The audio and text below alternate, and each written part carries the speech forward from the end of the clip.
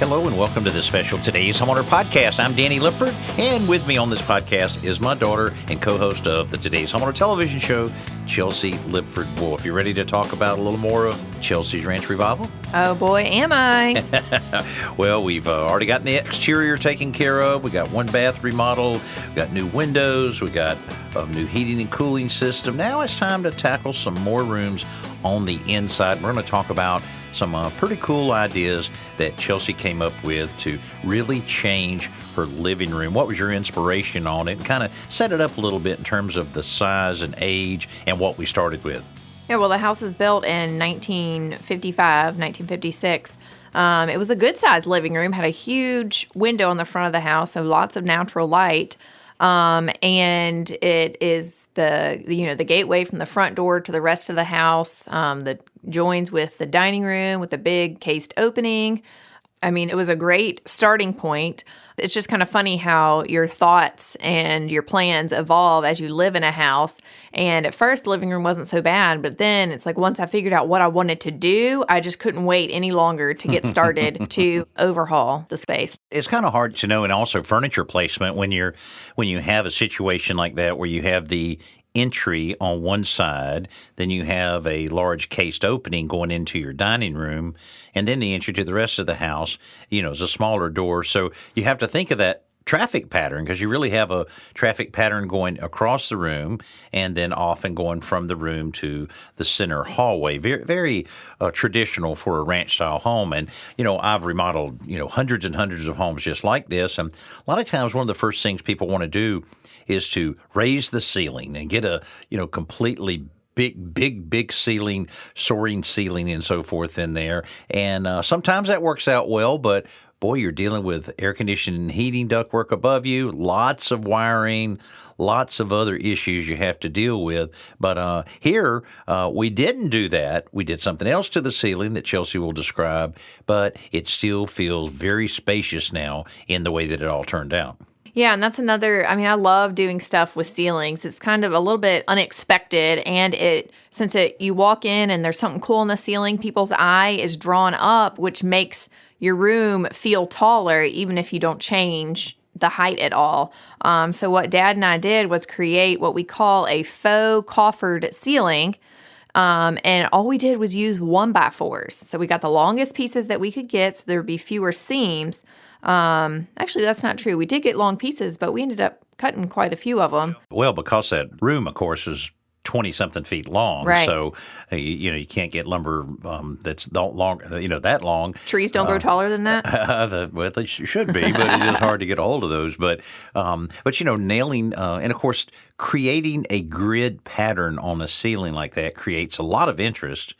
And, of course, also the ceiling was already painted, and then you were able to prime and paint all of the wood before we installed it, which saved a lot of time on the painting. Yeah, and a lot of headache just doing anything with your hands over your head like that. Oh, yeah. Working on the ceiling, installing light fixtures, what have you, is hard work. But yeah, getting a first coat of paint on there and just doing touch-ups after it was installed. When we're talking about a grid, it's straight boards that intersect each other, and I think we ended up with about 9 boxes that look like boxes up on the ceiling. Probably 4 foot by 4 foot approximately. You do want to go with squares on this. I've done a lot of the ceilings similar to this, and just squares work. Rectangles just seem to throw things off. And of course, in this case, we were able to center the center light fixture ceiling fan with one square and then work off of that so that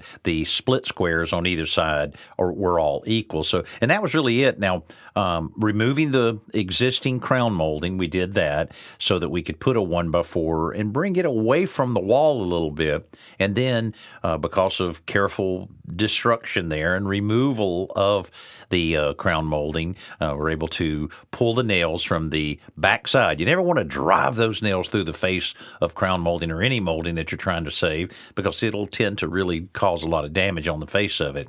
Here we're able to pull those out, reinstall all the crown molding, and then that that created a really nice look all the way around the perimeter. Yeah, and now's a good time to mention you can go to todayshomeowner.com/ranch revival and see pictures of this grid ceiling that we're talking about. I know it might sound kind of cumbersome the way we're describing it, but it's very simplistic, but adds just enough pizzazz that makes your ceiling feel grander than it might be. But another reason we removed the crown molding, Dad, was because I had this idea for bookcases, like built-in that's right. bookcases. Yeah. That's true. And you just can't have, to build something in, you have to wrap your molding around it. And so you have to remove what's existing. Right. Yeah, that also is very important. And of course, going to those bookcases, you might think that is something that's above my pay grade. But when you really break it down and look at, and as you can see when you look at them online, they were very simple, but they had the cabinet doors below that Chelsea also built, also painted. And but what do you call that you put on the front of the Caning. Caning. Yeah, so it's the same style as I built for our bathroom vanity, there's a whole how-to video on that at checkininwithchelsea.com.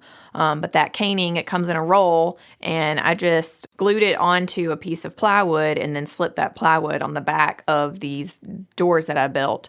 So it just gives it a little texture and a little interest instead of just a plain painted door. So if you think about it already, and you're talking about two nice bookcases that are custom built in, then you've got the crown molding, then you have the grid ceiling like we're talking about. Now it's starting to really have some character in there. But one thing that I'm not sure I agreed with initially is the removal of the fireplace. But that's one of the strangest fireplaces I think I've ever encountered. I mean, it was built with fire brick, and had a beautiful mantle on it, but it went nowhere. It was not gas. It had something that looked like, I still don't understand what that thing was. It was looked like a Boy Scout project or something, with a little light in it and a little thing that went around that I guess that was supposed to look like an open flame.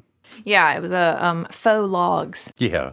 Removing the fireplace was a little bit controversial, but it served no purpose for our family, and it actually kind of made it a little bit harder for us because that's where we watch TV. We only have one TV, and it's in that room, and so it just makes sense for that TV to be at a better viewing height. The mantle was in the way of that. I don't know. I don't miss it. It's been gone for a few weeks now. I don't miss it. I was able to sell the mantle on Facebook. There you go. Which makes me feel good. I wasn't wasting it. That's right. And the room just functions so much better for our family. And I really encourage anyone to do the same in their house. If there's something that you do not like, you do not have to keep it. Even if it's already there, it does not have to stay.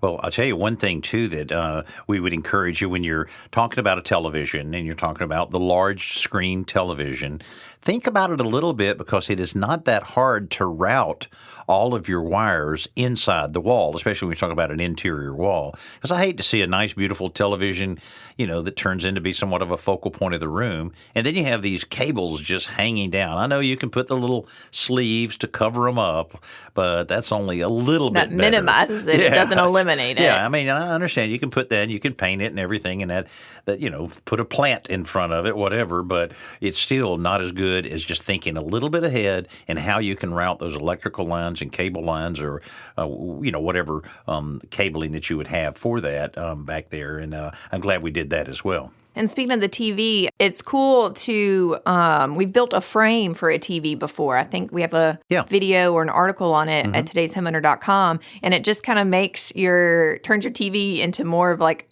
a piece of art or something, instead of just a black box on the wall. So you can just use simple molding that you can buy in stores and then build it around your TV and attach it, and it looks so much cooler. Well, now, one apprehensive moment that we had during the renovation is when we rolled back the carpet. Now, I don't know why, when people have absolutely beautiful hardwood floors, that some point many years ago, people said, well, we want to warm it up a little bit. We would need some carpet under our feet.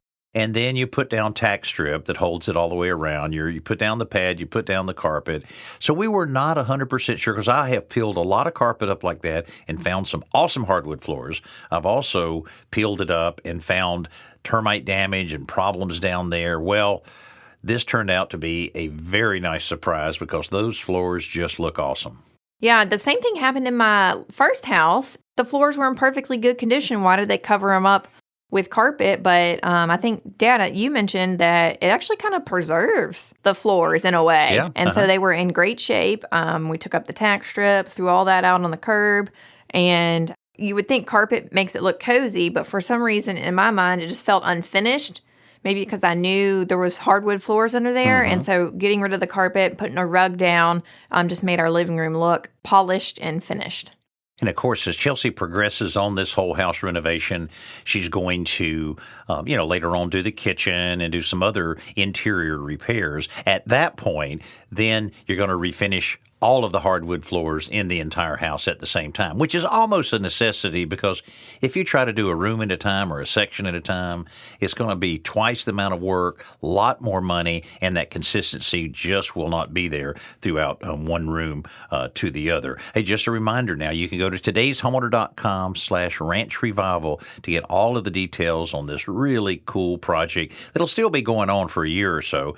And also make sure that you drop by checking in with Chelsea.com, and she has a lot of additional information about the project and a lot more tips there. And we're always happy to hear from you with any of our social media platforms, with Facebook, Instagram. We're always happy to hear some of the comments that you have about the particular project. So, Chelsea, you need to get back to work. You have more work to do around the house, and we'll be covering all of it and sharing it with you as we go along. Thanks so much for listening to this special Today's Homeowner Podcast.